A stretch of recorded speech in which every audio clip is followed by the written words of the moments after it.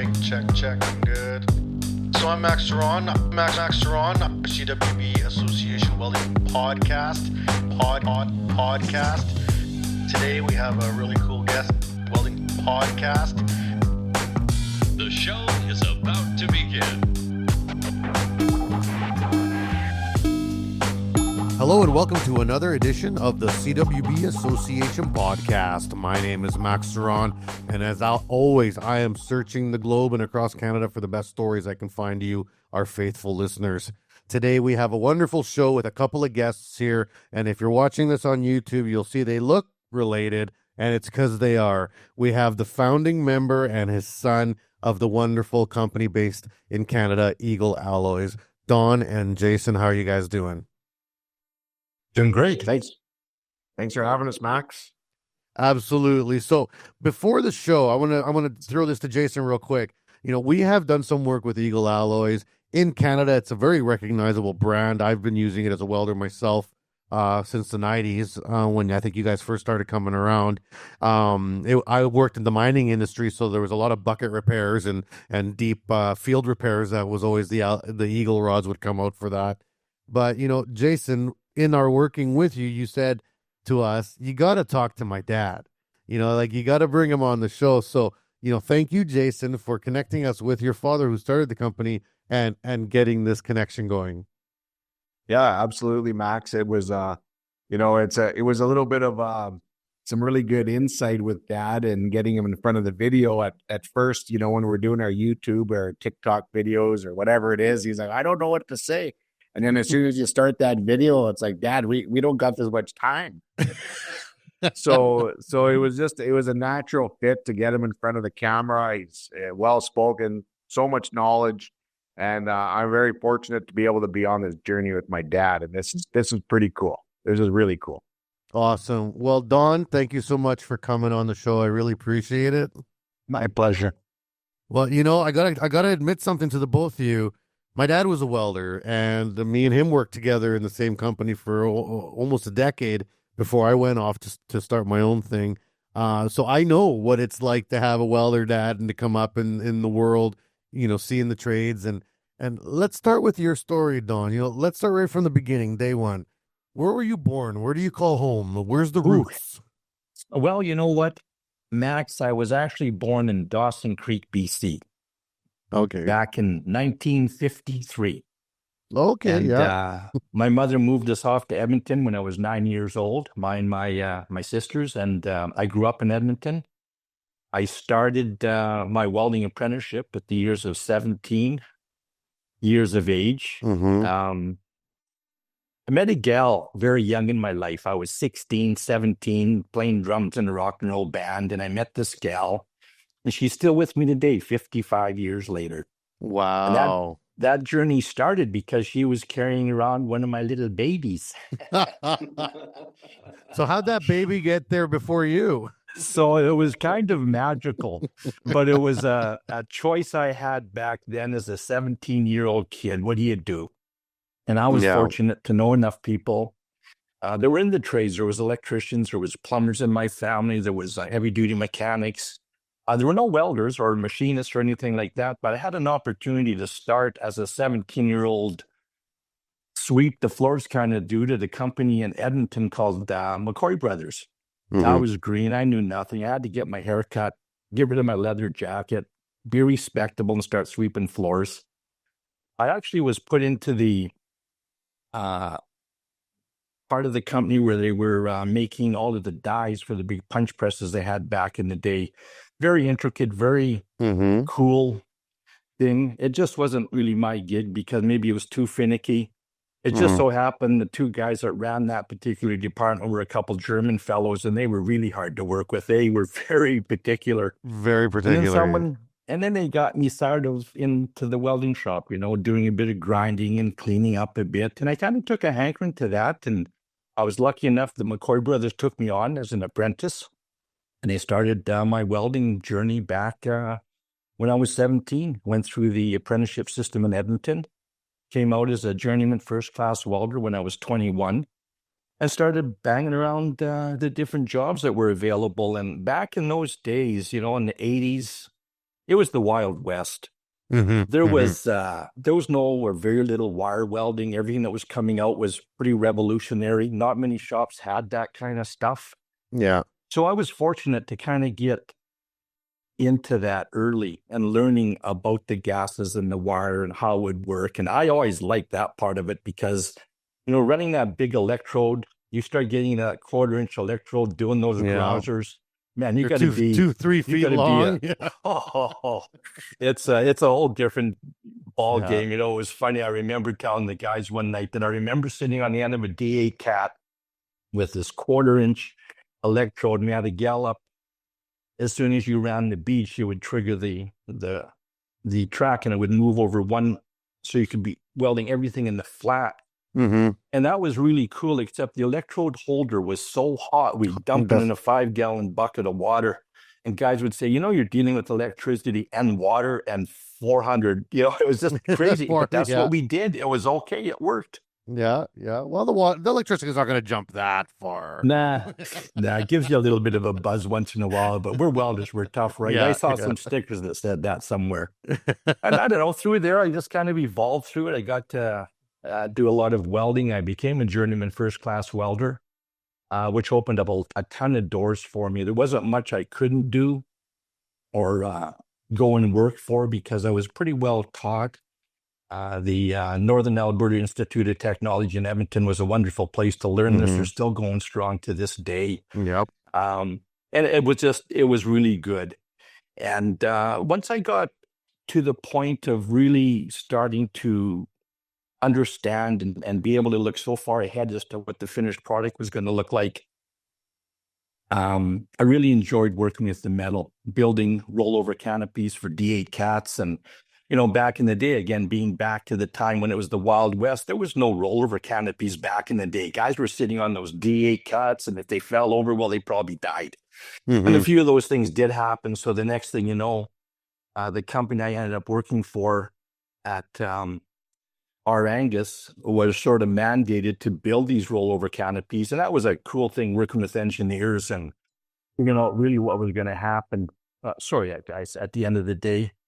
But that was a big learning experience for me also, realizing that maybe being an engineer would have been a better thing because it seemed like we were building it and they were taking pictures of it when we were done because we understood metals a little bit more and how they reacted. And I think from there, I just started to pay attention to a lot of things.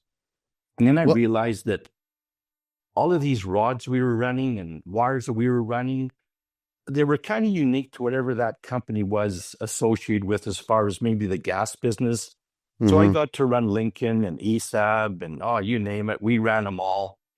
And I found as we got farther into it that there really wasn't a lot of really magnificent welding rods. Even when you finished welding, it still didn't look like you had a nice weld. You had to take out the grinder and you had to fix it up and paint it. But to find an electrode that would just run nice and smooth and the flux would come off easy, it was good out of position. I think once I got out of the actual welding part of it and decided it made more sense maybe to sell some of these products, we also found that we had to start looking for better products. And it was a big journey. So as I got more out of welding and more into possibly setting up my own distributorship and selling products, the offering that was offered to us at the time was very limited also. People weren't going to Europe or Asia to buy products or going to manufacturing plants. I was fortunate all through my process. I was at Lincoln. I was in Cleveland. We got around to a lot of the HARFAC kind of programs. And about 20 years ago, I went to the Essen. That's a show in Germany. In Germany. And that, to me, it was like, holy cow. This welding industry is a billion-dollar industry. The products we saw there, the products we tested and ran with, 20 years ago, people were looking to spread their word as to, here's our products, can you do something with them? We hooked up with a couple of very good products, manufacturers 20 years ago, and developed some hard-facing products, both in the electrode and wire form. took it to the market and knocked on doors and demonstrated what we thought was a good product. And, here we are 35 years later. And it's changed a lot. It Oh, really for has with sure. the Yeah. wires, the micro wires, the equipment that's available to weld with it. Welding is becoming a little bit more intricate, a little bit Yeah. more fun almost to weld, because now you're not getting burnt up and sparks flying all over the place and getting into your ear and rolling around before it Yeah. pops out. Now you're actually using welding rods that are nice to weld with, and you feel good about your job when you're done. Yeah. And the machines too, the technology and the technology in the machines, they build machines now more conscious of the purpose of what they'll do. Whereas before it was like, here's your machines, they make power. DC plus, DC negative, figure it out.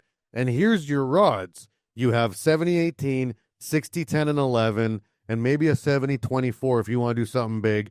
That's it. Figure it out, right? Good luck. And that's all it was before. And like you said, now the amount of options and I can buy a new Lincoln machine and it'll actually have the brand name of an electrode on there because they made a program setting specific to that electrode. Like it's wild the way they've kind of come together, like you said. Yeah, it's been a learning curve for a lot of people. I think in the industry, I know we spent a lot of time when we first got into the welding supply business teaching people how to weld with wire and the difference between running CO2 or an argon CO2 mix, or even the flux core gasless wires. They were all different. And all they really taught us in school was run that 70-18 and 60-10 and 11 and do some bend tests and cut it in half and have a look at how it runs and all of that. But at the end of the day, we had to pick up production. We had to do different things. We weren't sure if we could weld on manganese with stainless or if we could weld on T1 with stainless, or like what rod do we use? We're making all these steels. Yeah, 309 can't do everything. These high alloy steels that you just, what do you weld with? And they keep breaking. You're supposed to be a welder. We're paying you $50 an hour, and like, hey, we got some rods now that do all of that. We've figured out the program that I think we've got just about a rod in our arsenal that can weld just about anything. But the process has been crazy. Yeah, let's go back to a point that you brought up early that I think is a very valid point today. And this is something that has to do specifically with Alberta. I've worked with colleges across Canada. I've been a part of trades boards, apprenticeship, blah, blah, blah. And one of the things that Alberta has always kind of been a little bit behind in is the adoption of wire processes.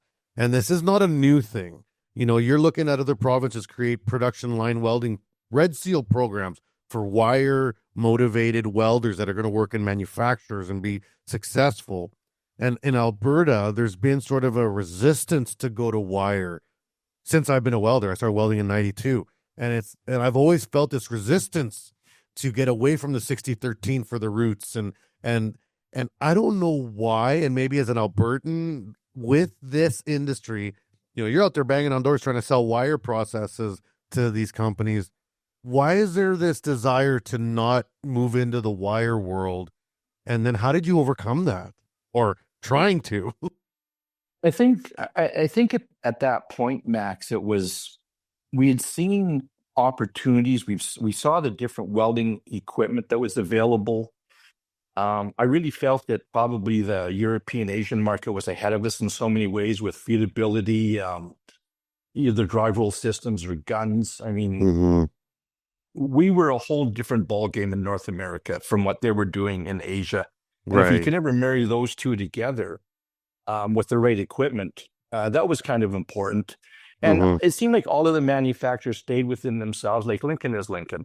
Yeah. They're a fabulous company. They've been around forever. If you've had a chance to go down to their factory in Cleveland and go through their boardrooms and stuff, you see the history of these are the guys that took rivets out of the old tanks and started to weld the Empire those State's things building. up again. Like these are the guys. They've been around a long time, but that's good. They really do a good job welding where rivets used to be. But what about when you start joining two pieces of dissimilar metal and all the other things attached to it? And they weren't into that. They were more into their lane. Yeah, their lane, yeah. Whereas with us, we realized in the hard facing business, and I guess Fort McMurray, everyone knows about that, and the silicone sand up there, and how abrasive that stuff is, and how do you stop it from wearing? And we had electrode that could do that, but we couldn't get the same results out of wire. And then not only that, you can't be out in the field and have shielding gas for that wire. So as we went through that whole process, I think we had it figured out that the products we have now work good in all, either it's an electrode or wire form. They both work well. Wire speeds up the process. That's the bottom line with that stuff. And when you're working on heavy equipment, time is money. Well, And for you sure. can't be doing multi-pass welding on 3/4 inch material. You got to hit it with 1/16, the 564s, the 332. You got to get the job done. And wire's the way to go.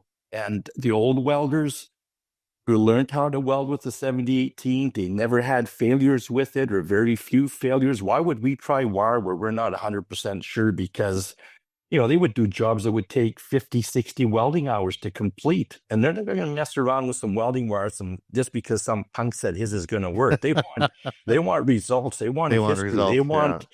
They want something going on here. So thank goodness we were actually to find people that would try some of our products and prove our point in the field that it was working. It will, it will wear that's supposed to wear, and all of that. So this 35-year journey, it seems to me the last 4 or 5 years has really started to take off because guys believe in us. Yeah. We've done the groundwork, the grunt work. I think the beauty of a lot of the products we're into now, we don't have comebacks and failures and a lot of questions that way. It's us finding the application for our products and then going with those applications. There's always new ones popping up, and we are still talking to other manufacturers about those problems, and they're helping us with those solutions also. But at the end of the day, it was about trying to find products that people could actually weld with out of position, with gas, without gas, and enjoy the welding process. Because when you have all that set up and it's working well, it is nice. It's fun. Oh, for sure. And it knocks so much time off your day. I can remember the first instances of Eagle Alloy consumables coming into my shop. I was working for a mining company where we would build buckets for potash drag lines underground. And when you're talking about corrosive, I don't know if there's anything more corrosive than hot potash, because it's a little bit radioactive and it's full of salt and it just eats through everything.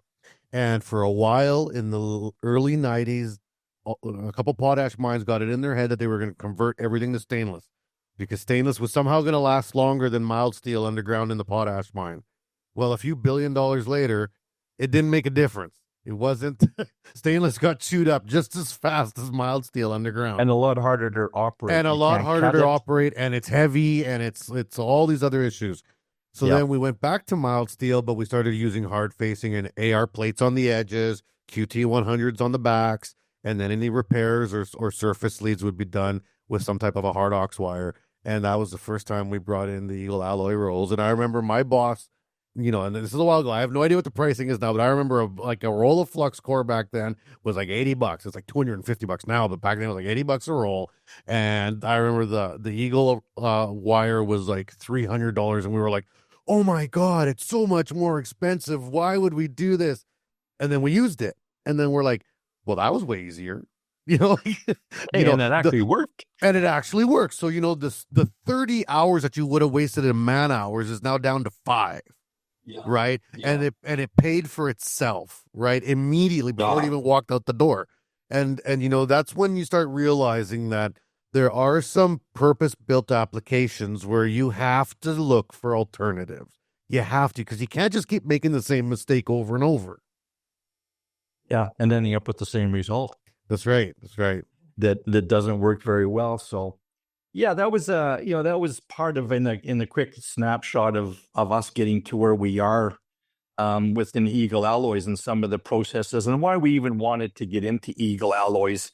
At the time, I had spent some time with another alloy company running around and selling some of their products, and there were holes in that line too. I felt if we could ever pull this off and end up with maybe a dozen products that we could take to the market and go with that, we realized that not only were those dozen products good, there were other products beyond that we could go with. And with the support of our manufacturers, I remember going to one plant in Korea, South Korea, and we went in there with our wire that they had been producing for us. And we felt if we could smooth it out a little bit, maybe add a little bit more silver or something, ask their engineers, what can we do just to smooth it out a little bit more? We welded with it on a Friday night, and we had 6 engineers there. And we said, could we smooth it out a little bit, and a little bit out of position? And they went back to their like laboratory research and development, and they came up with 2 rolls for us the next morning to weld with. Like, wow, who does that? And we welded with it, and we signed a deal at that point, and we kind of didn't put a patent on it, but we did lock in that formula for that product that we're still buying today. And that was 19 years ago. And it's only got better because it produced it faster and cleaner. And, the metals are better. The processes are better.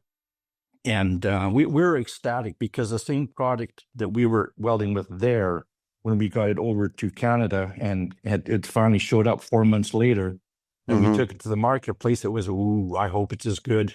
Because it was a time, and it still is, you just don't order $100,000 worth of product, and when it arrives, you try it and then you pay them. No. Yeah. You pay for it up front. We'll send it to you. Good luck. Yeah. And some people didn't have good luck. We weaved our way through that whole process, and we end up with some fabulous manufacturers, some people that are in tune to it. I know Jason now, he talks to a lot of the guys I talked to 20 years ago, and they're still in it. They're still doing the same thing. It almost sounds boring, but I don't know. I guess when it's in your blood, it's like everything else. It's pretty awesome what you can do out there with a welding rod or some wire. There's nothing we can't build or fix or repair. So how do you search those gaps? Because when you're in the industry, you have your personal, issues with equipment, electrodes, machinery, or jobs, and you think, oh, I wish I would have something for this, and I'm sure you took that to your company when you decided to start it. But then 10 years in, you're not on the floor anymore. You're not out there in the field welding anymore. You're not having these challenges happen to you. So how do you start looking at the gaps that are out there in order to assess, we need to fill this hole or we need to find something for that? I guess probably for me, talking with you, Max, being in the CWB business, we were so far removed from what you people were doing because you were into the mild steel, you're into the parameters that they kept some sanity in this crazy world because at least there's an area where your 78 fits into, or your 60, all of these CWB products control. And a lot of those products for us weren't quite, we had to go beyond those parameters to get what we wanted to get to, which then took us out of the CWB category, which then closed a lot of doors for us also because our products were not CWB approved. And when we realized we had to start looking at that avenue with the mild steels, both electrode and wires, to have the CWB certification on it was very important. And there wasn't a lot of plants around at the time that were making those products outside of Canada. And I think now we sit on 10 or 12 products that we may have CWB approved, and we're always looking for more. And that was kind of where we started, is because I welded so much 7018 with failures towards the end of the career because they were no longer mild steel. They were, as we said, the CHT 360s and all these high carbon steels. 7018 wasn't going to cut it. 8018 wasn't cutting. At 110, we had the strength. We didn't have the elongation. We wanted the elongation and the strength. Well, in order to build that, we had to get outside the parameters of what norm was. And then convince people, A, it's going to work, but B, it's more money. It's been a process, but I think the beauty of it all, Max, is it was the success of the products, and still is to this day. It works. If we say it works, hopefully, knock on wood, we probably hit 99.9% times of success. And our guys, the fellows that we found over the years that work for Eagle Alloys, are just dynamite as technical reps. They've seen a lot of shops, and the beauty is when you can repair one guy's shop problem Yeah. There's another 50 shops exactly like them That have the looking same for problem, some yeah. kind of a result. And it just started to snowball after that. Go see Charlie. He's got the same problem. Go see Mike. He's got the same problem. They've all had the same problems. And I think the most interesting thing at the time, though, Max, was there wasn't the internet. There wasn't Google. I mean, You're Jason and picking I up the now, I phone and watch him. calling. He's finding stuff I never dreamed of. I don't Yeah. have time to look for that. But that back in the day was get on the plane, go over there and find it yourself. Hook up with someone that can speak the language and let's see what happens. Mm-hmm. And so here we are. We found all of that, and we've got those products still coming in. We've got those same manufacturers, and we're adding a few more as time goes on. Yeah. You know, it's And that interesting was you bring up CWB, because that's something that I find that I think people have misunderstanding. There are parameters in which CWB lives by and dies by, and first and foremost, structural. That's the world you're going to see most of the CWB classifications for structural. But you can be in a CWB certified shop with CWB certified welders and have lots of work through your door that has nothing to do with CWB, right? And people forget that. They think that everything's got to be 718 or because, you know, we're a CWB shop. That's not true. That's not true. right. Because if a greater bucket comes in, that has nothing to do with structural, or you're doing guarding for an auger, or you're doing something like, none of that is structural. If you want to use whatever rod, go for it. And I know Eagle does this as much as long as, and also your competitors, but it's that we meet and exceed the standards of, you know, the CWB classifications, which I think a lot of people, you got to have that exceed in there for them to understand the price. Because you know what, I can buy a Honda Civic and I can get to Superstore and I can buy that Honda Civic for 30 grand. But if I want to get to Superstore in 8 seconds in a Ferrari, I got to spend more money. And that's that. It is what it is, right? Like, It absolutely is. Yeah. I think the whole market in the welding industry is massive. The companies that sell the various products, and it always goes back to the electrode. Everyone's buying that $150 AC machine and a rod that's going to work on it just so they can weld up something. Yeah. And we've been able to find some of those products over time that actually do work on lower voltage machines very, very well with good parameters, good tensile, good elongation, and anybody can weld with it. And those are the markets we had to start to go after and look for and realize how big it really is. Yeah. Now, for you, Jason, you're following this. You're a kid. Like, there's baby Jason here watching dad do all this wheeling and dealing, you know, traveling around the world, chasing down products, trying to figure this out. What are you doing in the background as a kid growing up? Are you thinking, I want to be just like that? Or are you thinking, I can't wait to get a heck away from this madness?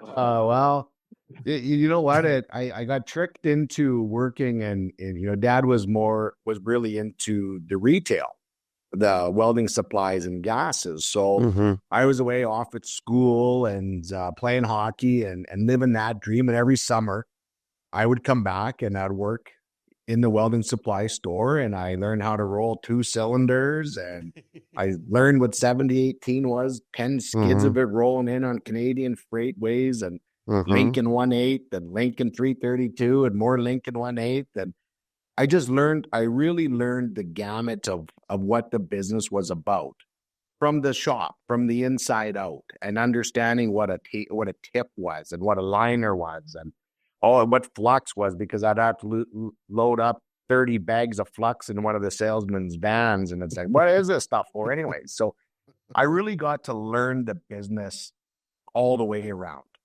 And to this day, I could probably be the only one that can admit I was the first one to drop a brand new Ranger off of the back of the transport truck. I'm pretty sure I was. Dad had it sold. It was ready to go. I came off the back, a little hawk, and over she went. So I learned along the way about this business. I went in and did my schooling as far as in business, and kind of pursued my own dream and watched Dad fulfill his dream and just see the excitement that he had with it, and nerding out over welding rods and silver solder and all these different things, and just how Dad always stepped outside the box and was different. Yeah. Everything he did was different. He was the first one that had a telex. He was the first one that had a fax machine. He was different. He operated business different, and I always had admiration for that. And whether I was going to get involved with the business, who knew? And one day I did. I helped establish the British Columbia territory with Eagle Alloys back in the mid 90s, let's say. But at that time, Max, it wasn't my passion. My passion was hockey. My passion was business. My passion was doing my own entrepreneurial thing. And I went out and said, Dad, I left the company after about 2 years and said, I need to do my own thing. And with his blessing, I went off and did my thing. I owned a junior hockey team and a marketing company and magazine publishing company. And as time progressed, I always thought, what if I did exactly what I'm doing in these other businesses in the magazine and publishing and marketing world for the family business? What if we turned Eagle Alloys into these magazines that we're doing and traveling around the world with the Chevrolet, really building the brand? Yeah, that's right. And traveling with Chevrolet and Ford and doing exactly what we were doing for ourselves, but for the family business, Eagle Alloys. And that's where it was born. 2 years ago, me and Dad sat down and I said it exactly like I just said it to you, Max. I said, it's time. It's time for us to get rid of the fax machine in the office now. It's time for us, to make some changes, to put our welding rods on the internet even. Could you imagine? Yeah.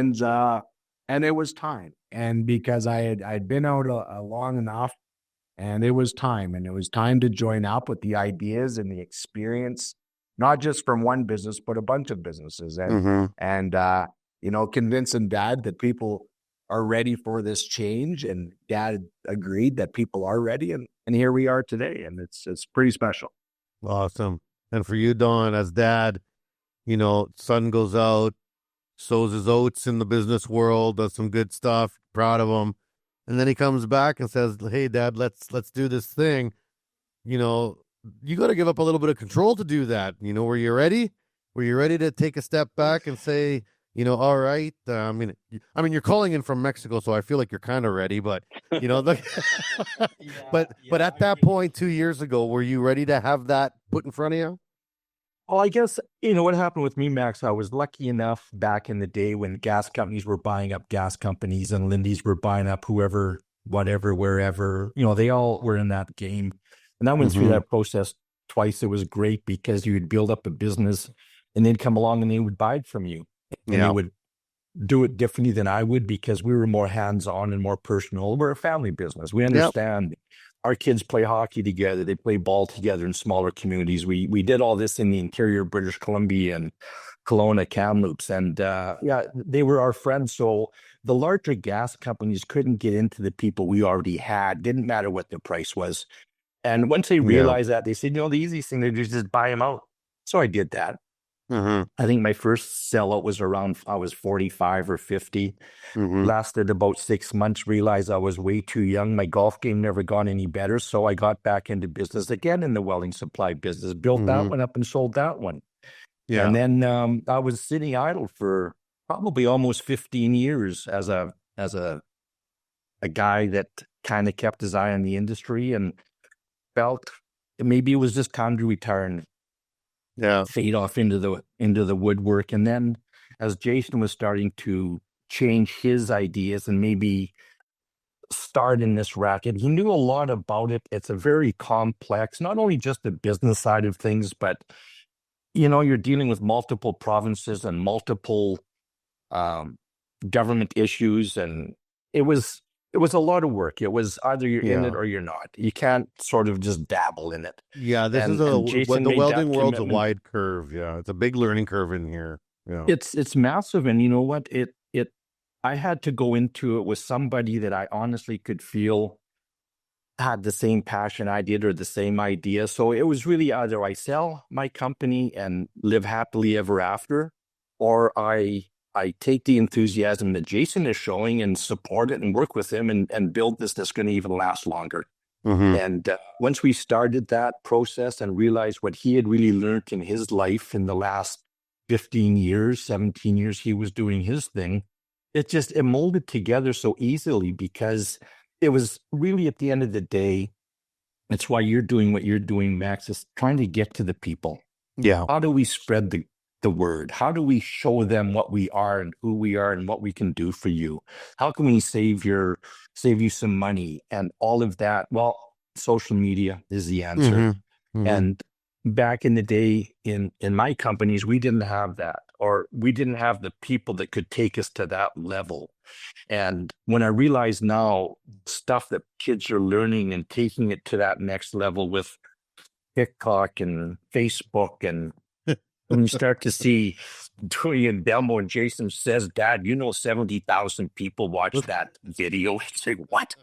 Yeah, but how much did they buy? How many welding rods did they really buy? But you know what? It's starting to happen. Like, wow, I guess when they see it and they believe it, they start buying it. So I guess, kid, you know what? You were right. You were right. They will buy welding rods offline. I want to intervene with one thing here, Max. And, it was a bit of a process with Dad, because, he's standing there and he's doing a little talk about something. And, one of the videos we did is he lit his torch. He dug in his, everyone got a striker. Got a big lighter. I got a lighter and poof. That's not allowed, Don. Jeez. It's not. Dad's like, hey, I'm whatever. I'm old school. Who hasn't used the lighter with the torch? And then further down the line with our new battery welder that we've been demoing and running and trying, someone spotted that Dad had his safety toe flip flops on. So you really realize watching. There's a lot of people watching. Yeah, absolutely. And I think that was a really big eye opener for him, is that this is how we get the word out, and quickly. Yeah. You put out a post about welding aluminum with an electrode, and instead of going door to door to door to door, showing everybody, next thing you know, you got 30,000 people that have watched you run it. Yeah. And that was a big eye opener for Dad when he started seeing the comments and people chiming in and asking questions and just the interaction of it. It was a really big eye opener. It was pretty cool. Well, and that's awesome. Yeah. Yeah, that was cool when it actually started to happen. And then when we started to see orders pop up online on a Sunday and a Monday, it's like, holy cow, guys actually do work 24/7 around the world in this racket. They do. All right. Well, this is a great time to take our break for the commercials. And when we get back here, I want to continue with the story of what's going on with Eagle Alloys, Don, Jason, your guys' careers, and I got lots of questions. I've been making notes here, so make sure you guys, make sure you guys don't go anywhere. There's no test, is there, Max? There might be, and we'll be right back here on the CWB Association podcast right away. The CWB Association is new and improved and focused on you. We offer a free membership with lots of benefits to anyone interested in joining an association that is passionate about welding. We are committed to educating, informing, and connecting our workforce. Gain access to your free digital publication of the Weld magazine, free online training, conferences, and lots of giveaways. Reach out to your local CWB Association chapter today to connect with other welding professionals and share welding as a trade in your community. Build your career, stay informed, and support the Canadian welding industry. Join today and learn more at cwbassociation.org. And we are back here on the CWB Association podcast here with Jason and Don Tansom, who are the owner and now manager of Eagle Alloys here in Canada.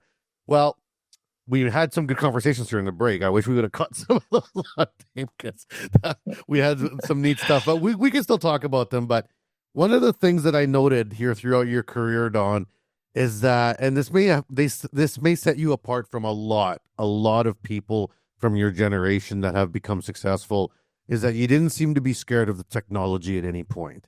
Whenever the new toy would come out, you would be curious about it. Like, I mean, even Jason was talking about the first telex, the first fax machine. I mean, they may seem silly and slow to us now, but at the time they were brand new and they were the newest thing. and they were the best way to communicate faster to other people. You're talking about looking at wires and the machines that were coming out. I mean, that stuff is still in some places tough to catch on. So in your personality, Don, you have never really been afraid of technology, have you? Well, I guess I like the welding part of it. And for me, it was, you better figure out why it works the way it does, why we can, it still is amazing to me sometimes, the technology that they've come out with. And it really was just all about being hands-on and then not be scared to take it apart and get inside. It was one of the things we did when our first battery welder showed up in Canada. We ripped it apart, and I got in there and with my screwdriver and I started poking around to see what was going on, because how does this thing work? What makes it so good? Why does it weld so good? Never did find out because it's all sealed up, but I'm still willing to stick my screwdriver in there somewhere. But even though the processes are so similar, it seems like the operating side of it, the electronic side of it is so different. Everybody has their own idea.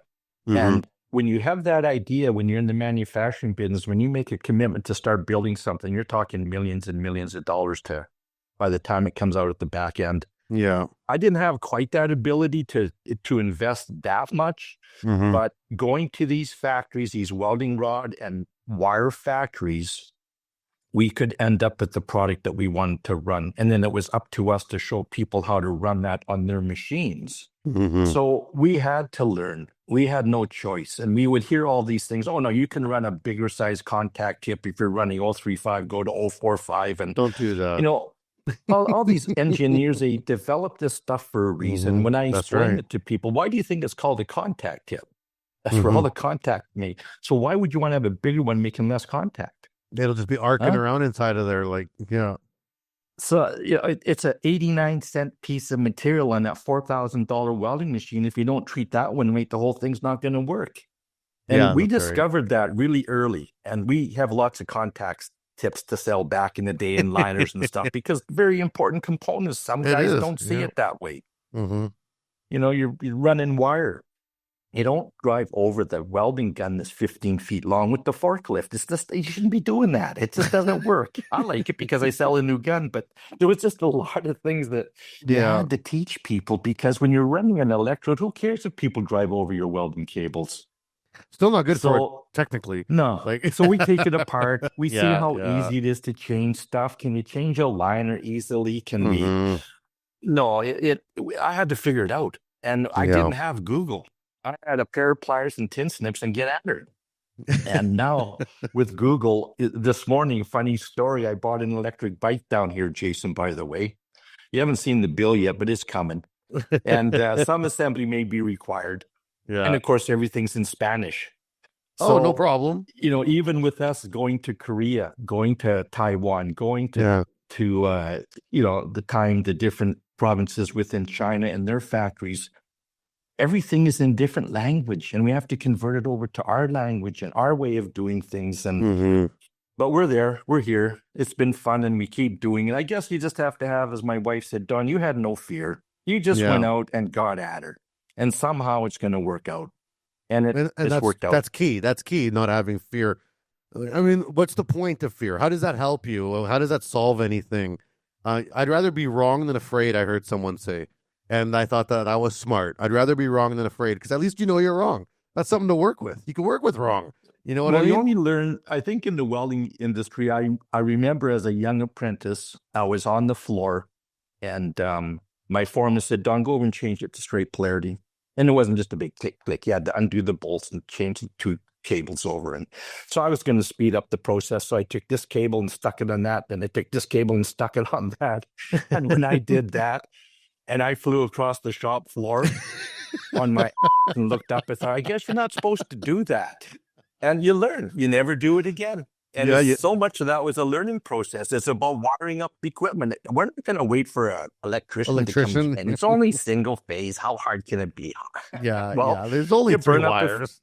You burn up a few machines, and you figure stuff out along the way. But that's all part of it. Have no fear, guys. Jason has no fear. Good. We're moving ahead here. Now, another item that you brought up earlier was the Essen and Essex show in Germany, and there's shows in China that are massive. Shenzhen has a huge show now every 2 years. Fabtex in the U.S. We do our Weld Industry Day here in Canada. It was a good show this year. Yeah, they've been pretty good. They've been really good. We're Yeah. looking forward. We got Red Deer coming up, where this year's show is Red Deer, June 11th. So put that on your calendars. We'll be right in your backyard there. But one of the things that we were talking about at the break is that, and you just alluded to it, these companies that are trying to come up with some new technologies, a new angle, a new little thing to make welding better, it's huge investments on their part sometimes for a very difficult market to break into. And I said, I'll buy machines from these little no-name Chinese manufacturers that are trying something new because I'm curious. And I just, like Lincoln is Lincoln, Esab is Esab, Fronius is Fronius. That's cool. We know what we're getting. We know what it is.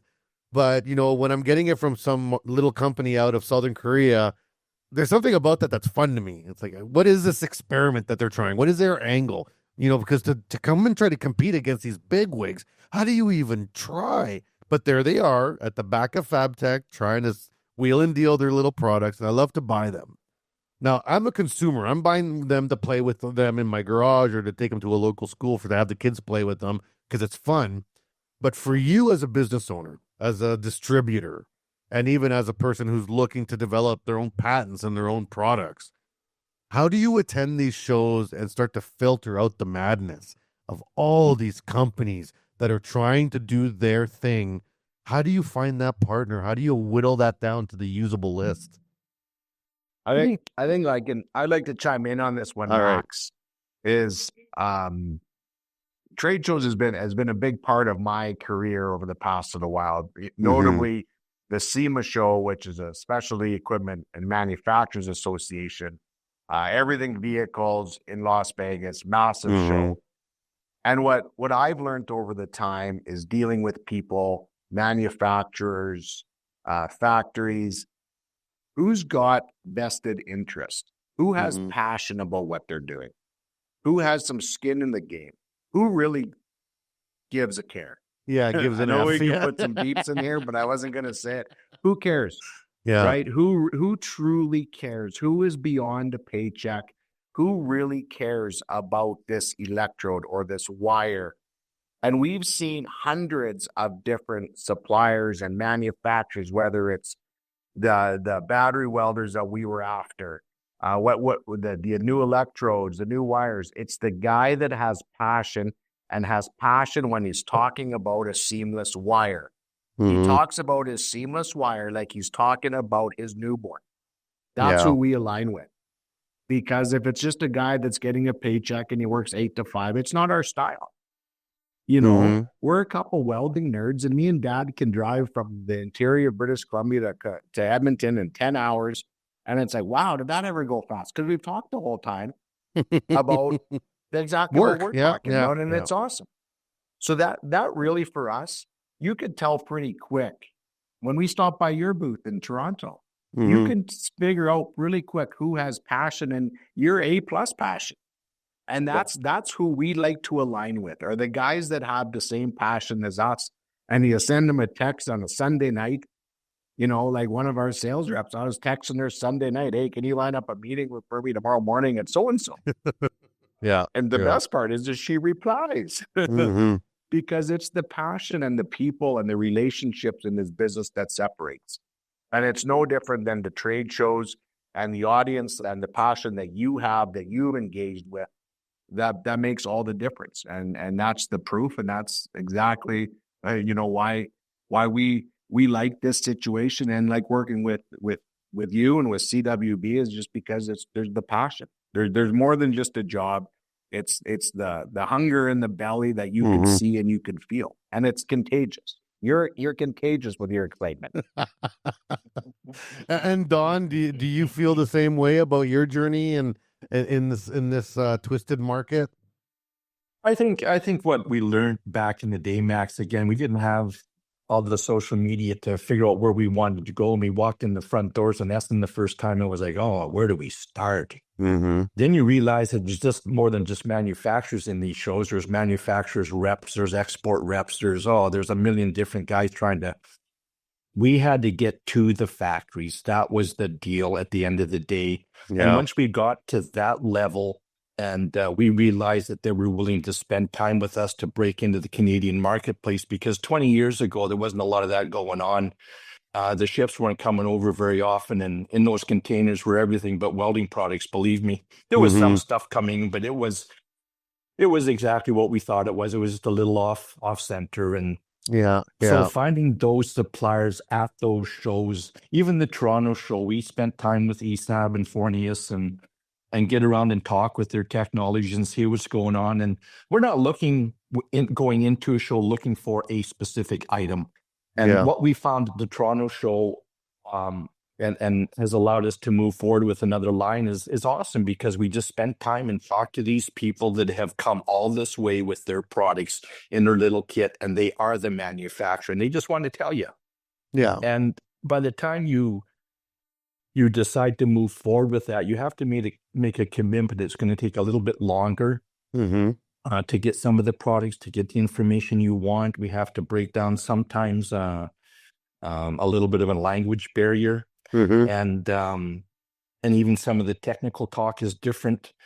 But once you start, it's a financial commitment, it's a time commitment, and there's not many products that we started with that we've taken off the shelf because of getting into it too fast. If anything, we sometimes maybe move a little slow getting into it, but we want to be sure.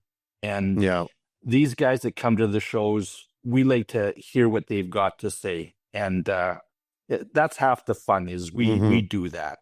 We stop at a lot of booths. We get home, we have so many brochures and back the first show, it wasn't well, here, we'll just swipe your card and we'll send you some. No, it was like we had to take everything. We had to take the big the piles. catalog, and you're carrying bags full, and you didn't want to carry that guy's bag because then that guy will know you're at that booth. So we're going to change bags and go to that guy's booth. And it was a bit of a game we played too, but all they want to do is sell stuff. They have a passion. We want to find those guys. Yeah. Now, what about today? Let's bring us up to the current day. You know, where's the company at today? How's your growth been? You know, where's your stores? What's your reach? What's your cool new products? Like, let us know what's going on. I'll bring you up to speed up to 2 years ago. Okay. We had been in business for 32 years, Eagle Alloys. It was run basically through Alberta and Saskatchewan a little bit. We had a good thing going there. It was solid. There's a lot of stuff going on in Edmonton, Alberta, Calgary, the tar sands. There's manufacturing, heavy construction, road building, right up our alley. We didn't have to go a long ways to find potential customers, which was good. But we've done a very good job in that province for the last 30 years. And even still, we haven't got to them all. And the only way I could ever get to those people was to go and knock on their door. Right. Or my sales rep or whoever the case may be at the time. Whereas now, with Jason coming on board and me the way to get to these people through social media. With the social media, the videos, the demonstrations, the hands-on kind of stuff has just opened up doors at a remarkable speed for us, where people are now phoning us and want us to come to them. And that is so refreshing, because I'll tell you, you know, I don't care what you're selling. You get your doors closed a lot of times, and when you finally get one opened up at the end of the day, you're so happy. But you know, there's days you go where you get nothing. It's like, we're busy, come back next time you're in town, we'll see. Holy cow, it's get time. But now the social media goes out, and everyone who's contacting you back is interested. And that's where Jason it is, and that's where Jason's picking up the slack, because the massive amount of inquiries and products and things that we have to deal with now is, it's a young man's game. I think I've done enough where I want to pass the torch, and it's being passed to a young fellow that's got a lot of ambition, a lot of great history behind him and how he gets to the marketplace. And I'm excited about where this is going. And I'm looking forward where I can just sit back and travel around and just listen. I don't have to Yeah. learn anymore. I've learned enough. And what about you, Jason? What's your perspective now? Current state, Eagle Alloys. Is it going to grow more locations? What's going on? Well, I think, yeah, naturally we're in a situation where we just need more product available all over the place. When we have somebody that contacts us and they want some whatever product, some flux core wire, because somebody has tried it or they saw it, we need to make sure that's accessible, whether it's in Kamloops or whether it's Fort St. John or Saskatoon, wherever. We need to have it accessible, because up until now, we've had the odd little dealer here and there, and we ship out of Edmonton. But generally, guys, me included, probably all of us, we procrastinate. And when we need something, we usually wait until we need it right now. Right. And so, a big part for me is making sure that we have our products accessible in all of the products, not just if we ship through a shipping company from Edmonton. So if you are in Kelowna, you can go into our dealer there, or Kamloops or Vancouver or Winnipeg, like I was saying. And that's been a very big opportunity for me, is to get to see these dealers and explain to the dealers, our job is for people to come into your store and ask for it. One of my very, very first jobs, it was like an internship. I was selling beer for this brewing company in Kelowna. And I'll never forget, I went to this pub and I kept going back. It's, well, like, when are you going to start buying my beers? I'm in here all the time. And he says, Jason, when people start asking for it. And I've never forgot about that. And, now we can go into some of the big guys across the country, because they're phoning us and they're saying guys are walking in wanting to buy your gouging electrode because they've never seen it before. Yeah, those Thanks, are neat. I got to play with those. The 188s are cool. Thanks, TikTok. But that's really our job, is to get the product accessible for people across the country. And that's been the growth mode. And that's how the growth has happened, because guys can walk in. Generally, if you need silver solder, you probably need it today because you broke something that requires it. The 2 or 3 days to get it there, it just doesn't work.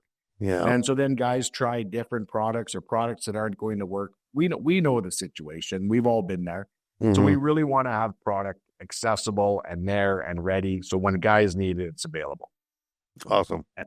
Yeah. No, I'm going to ask you guys both the same question, because we're getting close to the end of the interview here. But what's 5 years out? Let's go 5 years out, Jason. Where do you see a future state for you and the company? And the forward movement. What's on the wish list within the next 5 years for you? Yeah, in 5 years, having full coverage across Canada. We were working with some partners south as well, some master partners and master distributors, because there is a need, I believe, not only for our products, but for our service. There's a lot of great companies out there that have great products. Dad talked about, Lincoln and the ESABs. There's some really great products out there. Where we want to be is we want to be dealt with because we are the best company to deal with. And that starts from us right inside this office, and our attitudes and how we want to have appearance and how we treat people, and really being known and differentiated by the fact that we are a really good company to deal with. If somebody needs whatever it is, we will do our best to accommodate them. If it's something specific, we'll get engineers from our factories involved. We'll get the right people involved. And if we can't do it, we can't do it. I'm a big believer in transparency and working with welders and suppliers and customers, just to ultimately enjoy what we're doing and enjoy what we do every day, enjoy the welding game, and enjoy working with people. So in 5 years, the ultimate goal is to have coverage right across Canada and in the U.S., because it's the opportunity is there. People like to do business face to face. They like to do good business. They like to talk with people, and we're really getting to those roots and getting to the people to assure them we're here for the long haul, and we value your business. We're a small company. We're a family company. You know, dad can make a decision. Like you said, I like that quote that you said. We can make decisions on the fly. We don't have a big ladder to go up. Yeah. Something about begging forgiveness or something like that, dad. You know, but you know, and we can pivot. We can Yeah. pivot right now. How we Yeah. do that And almost daily. It's amazing how we'll change, not direction, but just your attitude. You can help along the way. Mm-hmm. So same You know, question well- to you then, Don. You know, what's 5 years out for you? Like you said, 2 years ago, Jason comes back and you're starting to be like, you know what? I'm gonna start taking a back seat. I'm buying electric bikes on the beach in Mexico. Decisions are being made. Serious Where- ones. Right? Where are you in the next 5 years, Don? What's your dream? Well, I think probably every month I tend to, I said 2 years ago, I said, I only want to be banging around for another 2 years, but you should be able to pick up most of what we've done. We've Mhm. started to do the traveling to a lot of our major suppliers already and sit down with them and sort of outline what we're looking at doing. We have to continue doing that. We want to have our supply line so solid that we know that there's container loads on that boat coming over for delivery in 2 weeks. We know that if there's a port that's having a strike issue, that You can that reroute. we have another plan B behind it. Or it's, I think for me, the geography and spending time to help Jason put it all together is part of the process. But I think where Eagle Alloys is today is going to be a carbon copy moving forward, only at a bigger pace where we've got to more people with more success stories. And we surely need to have our welders. If you've been onto our website, you've probably seen a lot of the different applications they've done with some of our hard facing. They're getting very artistic at it, and I really get a Mhm. kick out of The that. swirls and the. I mean, we weren't allowed to do that when I was a welder. You don't Nope. get to be fancy or make it pretty. No, You get just the get it damn well. checker. That's right. but Max, that was because the welding rod was so bad. All you could see was smoke, and you saw nothing until you went that thing settled down and say, "Hey, they're good." Phew, that was Yeah, close. well, and you had to back away for a couple feet while the flux shot at you to try to kill you. Oh, yeah, take your eye out. You know, the only other thing in closing on this, Max, we did take on a line called Op Trail. And Okay, yeah. when The Jason helmet, got yeah. onto that, it was probably because I sold Op Trail 20 years ago in my welding supply store when there was everybody else coming out with the electronics helmets and Mhm. also the air makeup, the air packs, all of that. Hey, welders, guys, I'm Yeah. 71 years old. I have 20/20 vision. I watch my big 70-inch flat screen. I listen to my really cool old rock and roll because I protected myself. I wore Yeah. the right helmet. I wore the right equipment. And when you're welding on some of this stuff, as you referred to earlier, that you just, the smoke coming off of that and that the Mhm. welding process that's happening, guys, protect yourself. And Yeah. we have those products. We're into it also. We're more than just welding.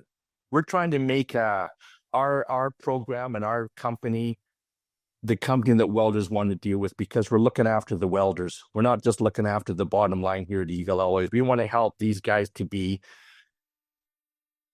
a long time friend long in healthy this careers. industry. Yeah. Yep. That's Yep. what I keep saying And- to people. Like when you support someone, you support them from the cradle to the grave. There's no part-time, you know? Like and that's what when I got hired at CWB, they're like, you know, well, what would you like us to see us do? And I say, well, you got to get out there. Like you got to be on the street. You got to be your feet on the street, and you got to be in front of people when you talk to them. You can't talk to them from the ivory tower. That's not going to do nothing. No. And that's where you get your information from. Our guys are out in the field every day. They come back and they tell us stories. It's like, really? Do we want to go down that road? Nah. Walk away from that one. Get on to the next one. Yeah. There's so many opportunities out there for companies like ours if they want to take the time and go after it. But good luck. We've been doing this for 35 years. I think we got the formula down. Awesome. And in terms of, you know, the relationship between the two of you, I got to ask, you know, has this brought you guys closer together as father and son? Because let me tell you, I worked with my dad for 10 years, and after I stopped working with him, I didn't talk to him for a couple of years. So I think the best thing that Jason did and I did is I went after my thing and went at it wholeheartedly. Jason went after his, learned that side of the business.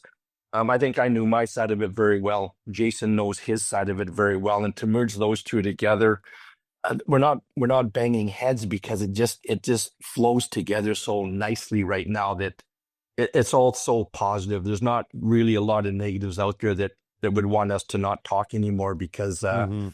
he realizes I'm still the boss Well, he did call you the Don, so for hey. another few months, and then I will pass the torch, and I think my son will become the real dude here in Eagle Alloys as we move forward. I'll always have my fingers in there a little wee Yeah, bit, but yeah, it's your baby. I'm proud Yeah. of what we've got going on today for sure. Well, I'm glad that I got to get both of you on the show. I'm glad I got to meet you and talk to you at length. Like I said, I'm in Saskatchewan, and I've had the privilege of using your guys' products for decades, and I actually, until this podcast, didn't know that it was not available in other provinces or easily available because Yeah. as a Saskatchewan person, it was like, yeah, just call up, they'll send a couple boxes down and we'll fix this up. And I didn't realize that, people in Ontario, they're like, what the heck are you talking about? So Yeah. thank you guys, for being around and taking that time in a market that is a niche market that needed attention, that no one really was giving it the attention, Yeah, I think that's a big thing because there's a lot more to welding than 7018. Mm-hmm. There's the cast irons, the molybdenums, the manganese, just all of them, and I think we've got a fairly good product offering that we really enjoy showing because it works. Mm-hmm. And when it works, that's what you want. That's what you want. All right. Any last words, Jason? Any shout outs or anything you'd like to say to anybody? No, I don't really. I just, you know what? It's I was talking with some of the staff. We had some sales meetings on Monday, and back to my dad, and my dad will always be the boss of this company. Yeah. And if we ever need to go into a home to see him and figure out, hey, he doesn't know who we are. He's the boss. This was his passion. This is his baby. Mm-hmm. And for forever, he's the boss. Forever, and I have that respect for that and for what's been done and what's been established with this company. And I'm only here to bring it to a different level, not a new level, just a different level. And it's just, we appreciate the relationships.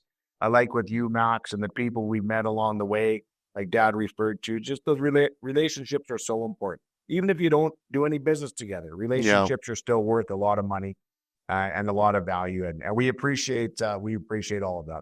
We haven't lost sight of what's important in business. That's for sure. And Jason, how do people find Eagle Alloys?